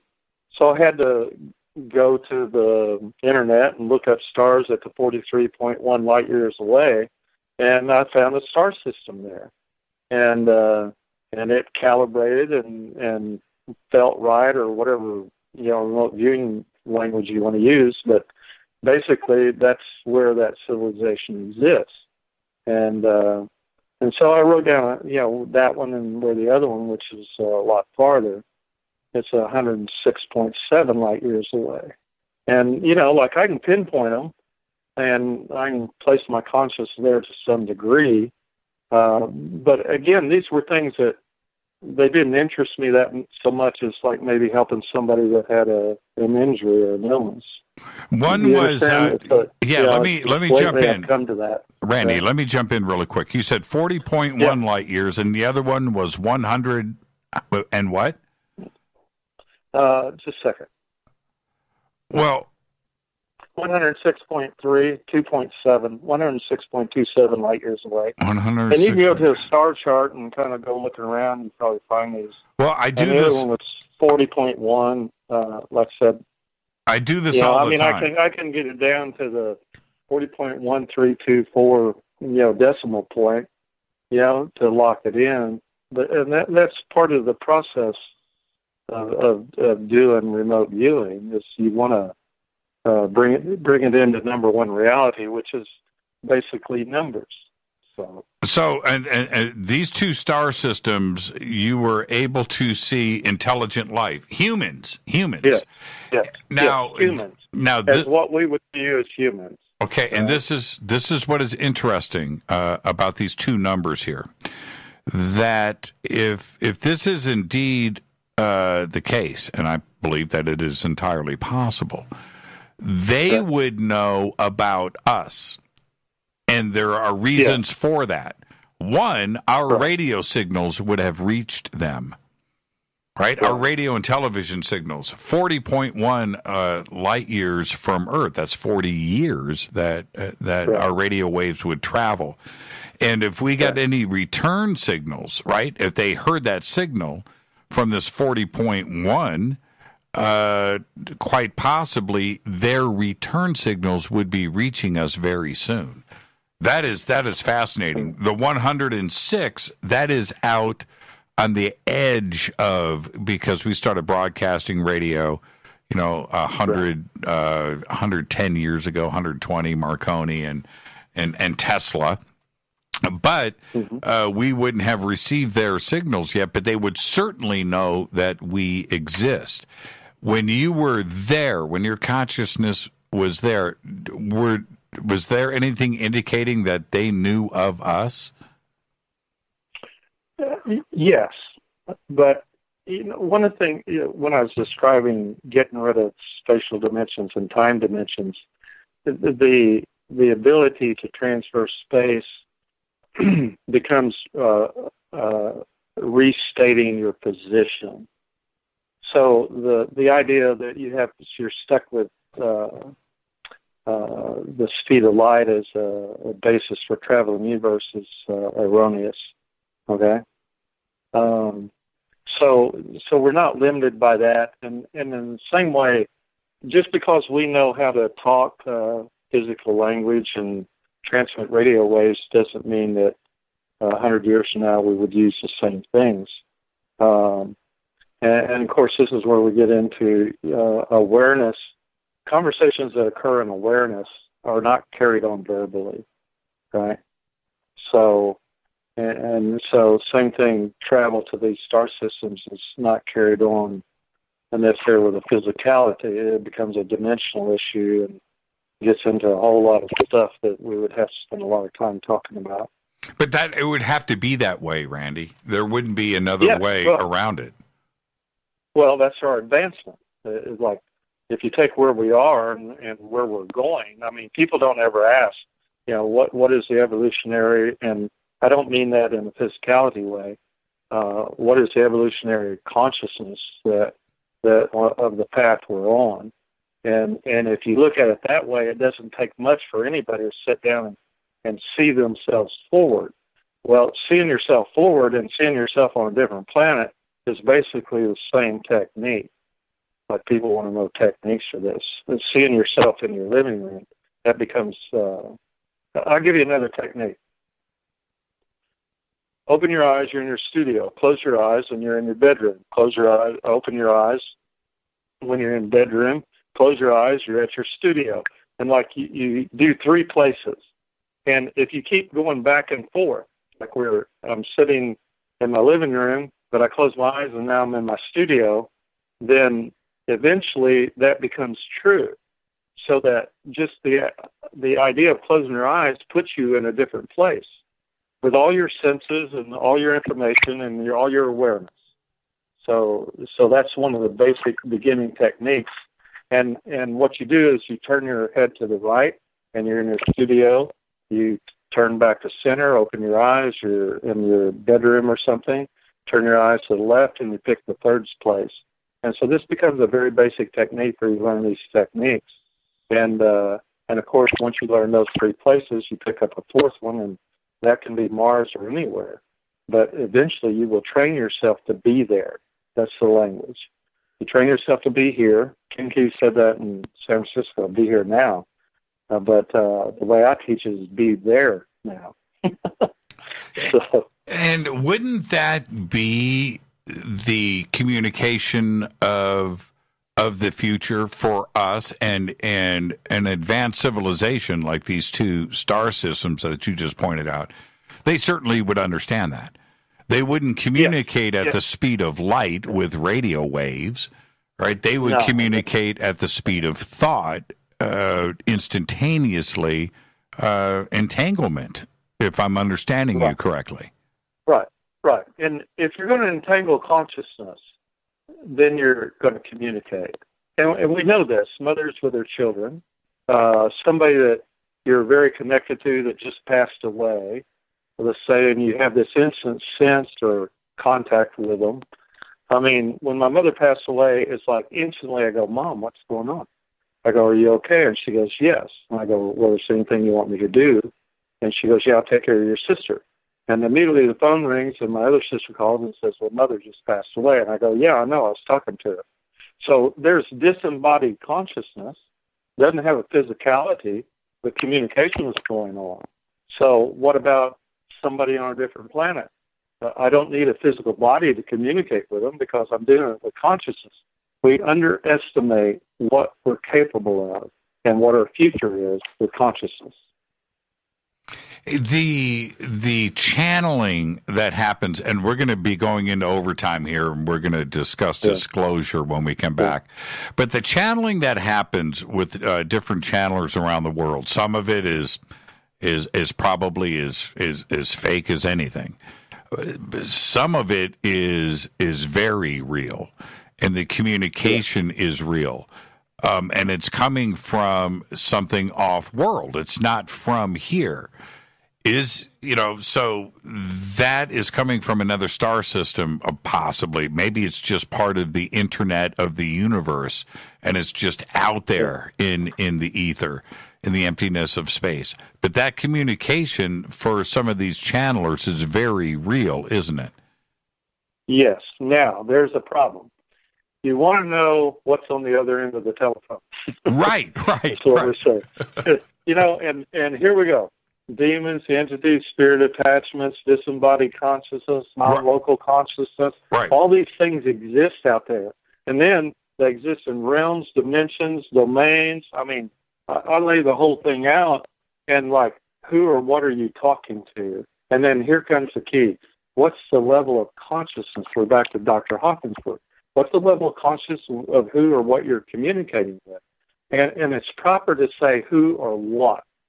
And that's where everybody doesn't understand that, and you can be led astray because you're talking to a what, not or a thing, as opposed to something that you could relate to. So the whole idea that your conscience can exist independent of you, that's what I was saying about my mother. Her conscience was existing independent of her body when I was talking to her. The fact she'd passed away doesn't mean anything. Like, we can communicate with the entity that was our parents or anybody else on the planet for that matter. Like I said, I use the president, but we could use Putin or anybody and immediately know all kinds of information. And at a certain level, communicate with them. I call it pinging somebody. You ping them and like instantly they call you on the phone and go, well, I was just thinking about you. And you go, yeah, why wouldn't you? I was just thinking about you. So pinging becomes a way you can get somebody to call you. It's so funny where, and we got to take our break right here and we'll come back and pick things up. But I have talked to physicists and scientists where I bring up communication through entanglement, mind to mind, brain to brain, and they are hip. They are open to that idea. Then I talk to other physicists that absolutely poo-poo it, that there's too much information and it can't happen through entanglement. It can't happen at that level. Wait, it can't happen in the physicality of the body or the brain, but it does happen with the mind. Minds are entangled. Bodies are entangled, maybe not so much, and certainly the brain. So science is wrong. I mean, I'll throw that out there. I agree with you. Science is wrong about consciousness as being a brain or body. Right. Because all they do is interpret the field of consciousness through the portal of your own existence. That's all. Let's take our break right here. This is Fade to Black. Our guest tonight, Randy Veitenheimer. What a great conversation tonight. We'll be right back after the break, and we're going to jump straight into disclosure. The Big D. This is Fade to Black. I'm your host, Jimmy Church, on the Game Changer Network and KGRA, The Planet. We'll be right back after this short break. Stay with us.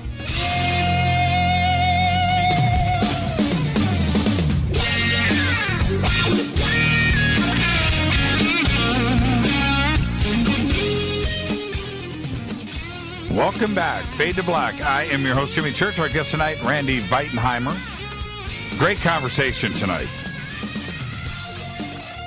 Tomorrow night, John Greenwald, the Black Vault. Thursday night is Fader night, open lines all night long. And I want to change things up here a little bit for this last segment, Randy, and thank you for hanging out for some overtime. Is that disclosure is a word that's used by many, and it means something different to everyone. And it depends on what form. Like if you want to talk about disclosure in religion, you've got something there. You want to talk disclosure at the Pentagon, you've got something totally. You want to talk disclosure about NFL football rules, you're going to have a whole. It's just, so. Disclosure in our community is a very, very big word, and we have been looking for some form of disclosure since the very beginnings of ufology, going back 70, maybe even 80 years. A couple of years ago, disclosure seemed inevitable, like we were in the days of disclosure. A lot has been spoken about, not only on this program, but others and conferences. Let's actually start right there. Do you think that we are in the days of disclosure? Okay. One of the problems, from my viewpoint, is confirmation bias. So when you, Jimmy, want disclosure, who do you want it from? For me, who are you willing? Okay. Who are you willing to accept the information as valid? Actually, and this has always been my response, Randy. I don't need it. I've seen way too many crazy things. I have seen it with my own two eyes. So I know that the phenomenon is real. I know that we are being visited, and there is something off this planet that is very aware, probably millions of civilizations out there that know about this beautiful blue planet and come and check us out all the time. But that isn't good enough for this audience. Right. Okay. So one of the things I tell people is, how come you never ask us Indians? That's a Native American, whatever term you want to use, because we have 1,000-year history of this. And, like when I was growing up, this is all just part of it. It's like, yeah, there's other people, other conscious entities, whatever you want to call it, out there. And we have a history of that. And it's part of our history. It doesn't require you to believe it. It's something that, remember, the information is sufficient for you to know that they're being told the truth. And so like the Iroquois with their sky canoes and traveling, the Milky Way, I mean, you can go find this information. It's just that, like you said, all this UFO started, in 1947, where we've been experiencing that as Native American tribes throughout our history, and are well aware of interactions and talking about it, and to us, it's a part of the universe. So we don't need disclosure. It's already part of our culture, and so there becomes the problem, because most of the modern cultures out there don't have interspecies, inter-ET relationships as part of their culture, as far as modern culture. But all ancient cultures have it. And so now we get into that confirmation bias. Who the hell do you want to tell you that ETs exist, that you would believe them? And that's why all the craziness in the UFO community, because everybody wants a different confirmation. I mean, if the president told you, does that make it more real? And that's what we get into. And most people want that, right? They want that White House announcement live on television. And then for others, they're going to want to hear it from Sean Hannity, or they're going to want to hear it from Anderson Cooper, or they're going to want to hear it from one of the Kardashians, right? They don't watch, somebody that is focused on the Kardashians or reality TV, and they watch TMZ all day long. They're not going to get confirmation from the White House or from a news service. Right? It's a very interesting position that we find ourselves in. I couldn't agree with you more. Yeah, and they're not going to incorporate it in their current cultural viewpoint. And basically what you have, though, the last 70 years is somebody decided, 70 years ago that humanity wasn't ready, that it would challenge too many institutions on this earth. And I'm of the opinion that those institutions need to be challenged because, in my opinion, we're not doing a very good job with the amount of war we wage in the world. I advocate to take a 1-year break. If all war stopped and all war budgets were devoted to other causes for 1 year, imagine the difference in the planet. Now, we're not going to self-impose that, but, science fiction's dealt with what if some other culture came here and imposed that. It would be phenomenal, the difference in our culture and everything, but it would have to include other civilizations that are off planet. So the culture becomes the crisis that will occur when disclosure occurs. And it's cultures around the earth will have to reorient around a truth that's older and greater than the one they've been operating on in the belief system. So you're saying that type of disclosure, that type of confirmation shouldn't or couldn't come from us? Yeah, you're not willing to accept, I don't know you, but I've seen UFOs since I was a child. And I've lived out in Arizona when I was on the reservation, and one of the elders one day said there's people in that mountain there, and it's hollow. And when we said the word people, what came in my mind, because projective conscious, that they weren't human people, okay? Right. And again, this is just part of our culture. It's like, okay, so there's some non-human people that live in a hollowed-out mountain over there in northern Arizona.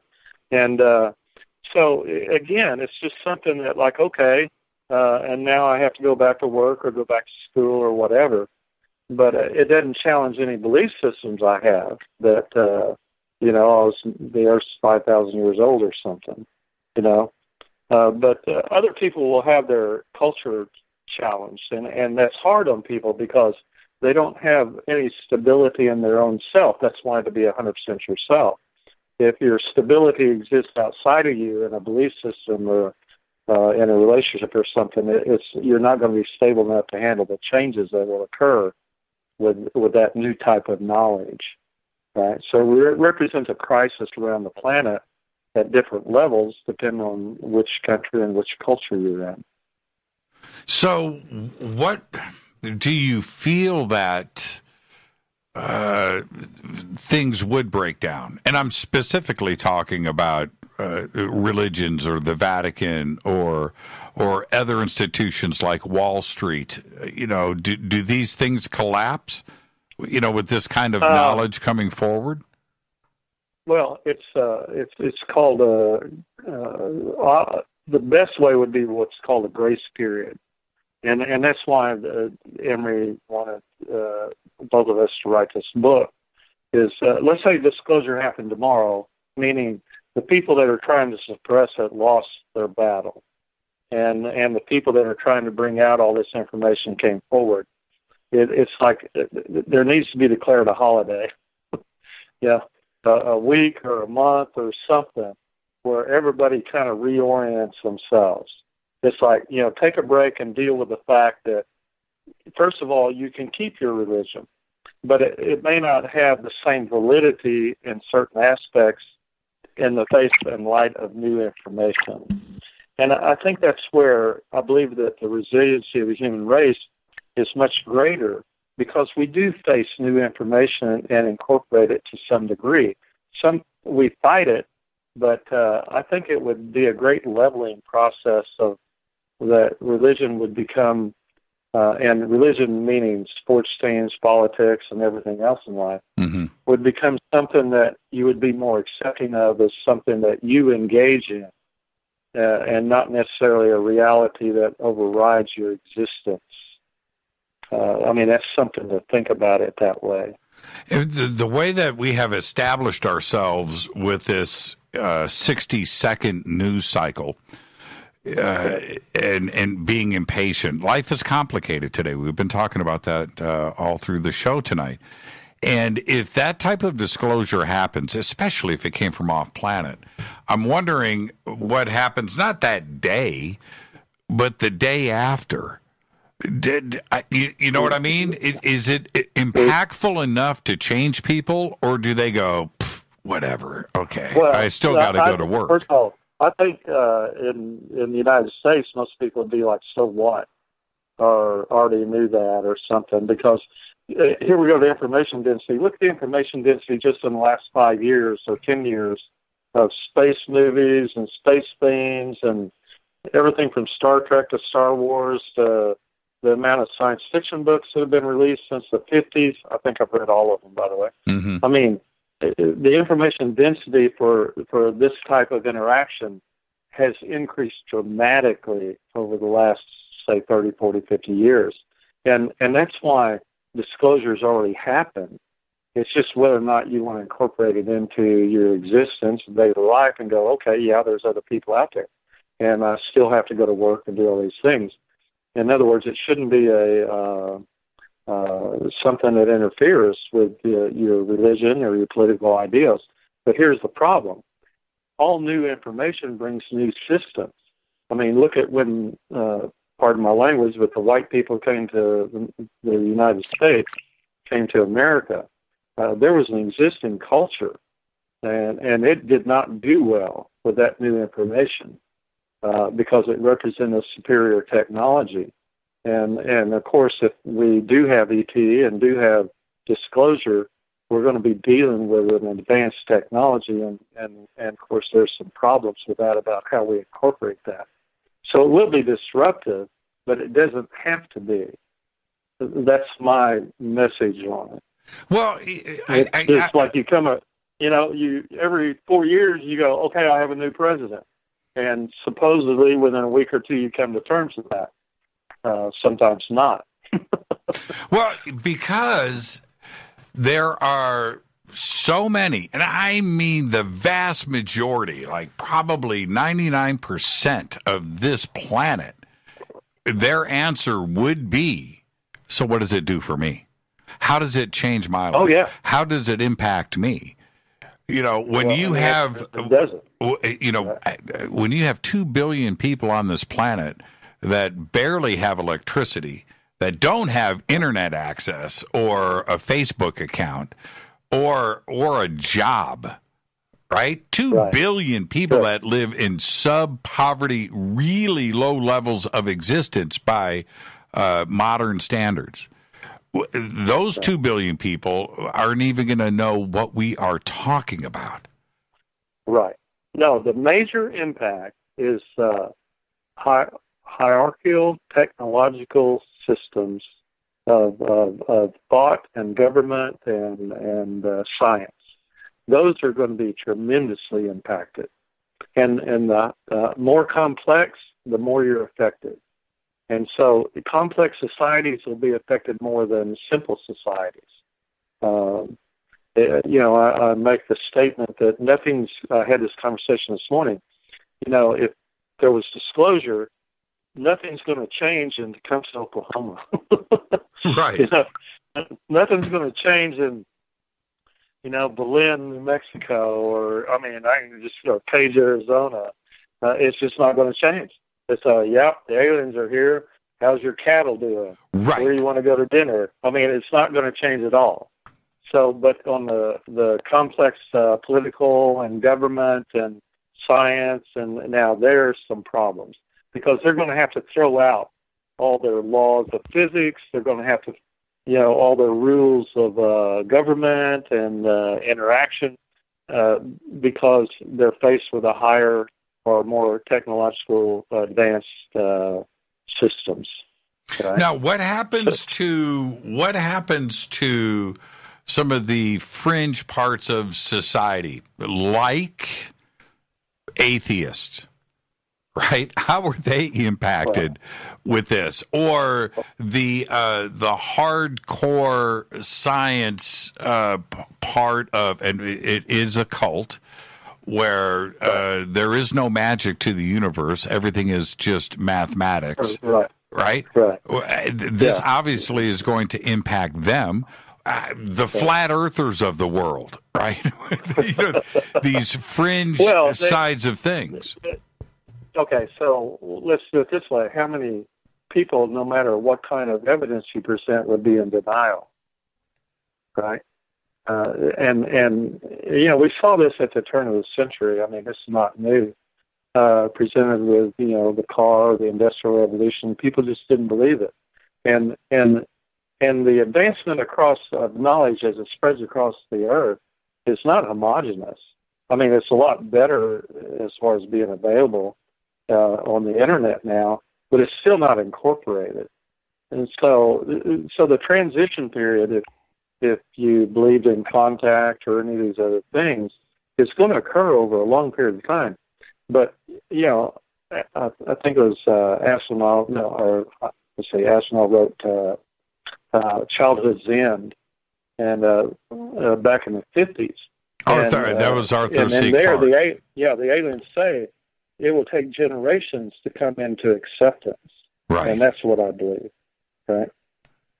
The other impact of it, though, certainly would be the monetary side of things, because once the how do I say this? Once the confirmation is there, now society also would have a choice of changing lifestyles, becoming more productive. Right? There is a reason to do things now. So our economy would be impacted in a very positive sense, I believe. But then we would have, right? There needs to be a trickle down of that impact. Right. Well, it's our economic future is off planet. This gets into a long conversation, and I can give you examples of what's going on the planet right now to accommodate that. We see it in the big budgets that are being approved for space exploration stuff. That's right. I even formed a company, Spacecraft, spelled with a LYFT, for off-world transportation, because this is where our future lies, and that's where our economy lies. Our earthbound economy is stretched. It can only expand so much, but as soon as you throw in off-planet resources, all our wars are resource wars. So as soon as you open up space as a source of resources, then everything changes. We can change our economy, expand it phenomenally, and we're making efforts in that direction. I mean, I'll give you specific information about that sometime. But spacelift was to engage in off-world transportation because the amount of money that's going to be spent in the next 10 years to explore planets, asteroids, and everything else and bring those resources back to Earth. And we will need facilities and companies and everything to handle that. And we're doing that. Every country, there's 56 countries in the world that have space forces, let's call it. And some of those countries have dirt roads, but they've gone ahead and set up a space-type agency. And, it's kind of like everybody else is in on it except us. The common population doesn't have any awareness of this. And the amount of money that's being budgeted is trillions and trillions of dollars. And you can find this information on the internet. Yeah. With we've just got a few minutes left, Randy. With NASA and the governments of the world, Russia and certainly China, in control of their own space exploration, then the information that is found is suppressed. They don't have to share it with us. If we go privatized, like you're talking about right now, and certainly Elon and Amazon and Bezos, when they get to the moon or they get to Mars and they see something other than the dogma we have been taught, right? Is that going to the cat's out of that? Yes. Right. Are they going to share that with us? Well, your private will, because they can't threaten you with disclosure or non-disclosure. The technology right today, I could put a CubeSat around the moon and you could have instant 4K video of every inch of it. Any country in those 50 countries probably do the same thing. But like I said, there seems to be I love this word, a worldwide conspiracy to restrict the information because they don't want anybody to be ahead. It's kind of like a corporate secret. That's right. But, you have Virgin Atlantic just put out space as a company that's listed on the New York Stock Exchange. I mean, that's a first, right? They're saying this is where it is. And you have all these other companies and stuff. That's why I formed one. But because this is the future. And, there's no way you'll be able to keep a private person because they're not under any kind of oath. All those people have oaths in the government. But if you're a private company, you don't have an oath to not go, hey, girlfriend, guess what? Here's a picture of, this big old thing I found on the moon. Do you want a piece of it, or you want me to take a selfie with it, or you see what I mean? That's going to happen. You can't restrict the information flow once you have too many people running around, particularly if they're non-governmental entities, right? And so I think that the government realized that, and that's how come they're allowing all these to come to the front. I think it's in Luxembourg. There's like 16 companies registered now to do space exploration that are private companies. And they're going through some sort of licensing process. That's the same process I'm going through over there because I want to be able to put people out there or put material out there and retrieve it or act as a commodity exchange for it or bring all those resources back to Earth. I have the same vision that everybody else does. And don't think like Elon Musk going to Mars is just to go look at Mars. We have satellites that can do that. It's resource exploration at its finest. Yeah, there's no question about that, and not only with the moon and Mars, but asteroids. Yes, and that's why there's a monetary advantage. These people are not doing it for glory. No, Japan, China, everybody's in the act now. it's kind of, like I said, the cat's out of the bag. It's like now it's a race. It's a true space race, not what happened in 1958 with Sputnik in the U.S., right? This is literally going to be every man for themselves. And, I've even been approached by a couple of countries that want to set up their own space program. And I have some background in the number one reality of all that, the facilities and everything to be required to handle those type of activities. And so it's on the move. And what coincides with that is disclosure is going to happen. Somebody's going to run into somebody or something that they can't help but relate it back. We're a curious species. That's our primary function of consciousness, is curiosity, and we are there and going there. I promise you. I think primary use of consciousness is enjoying good Italian food, but that's just me.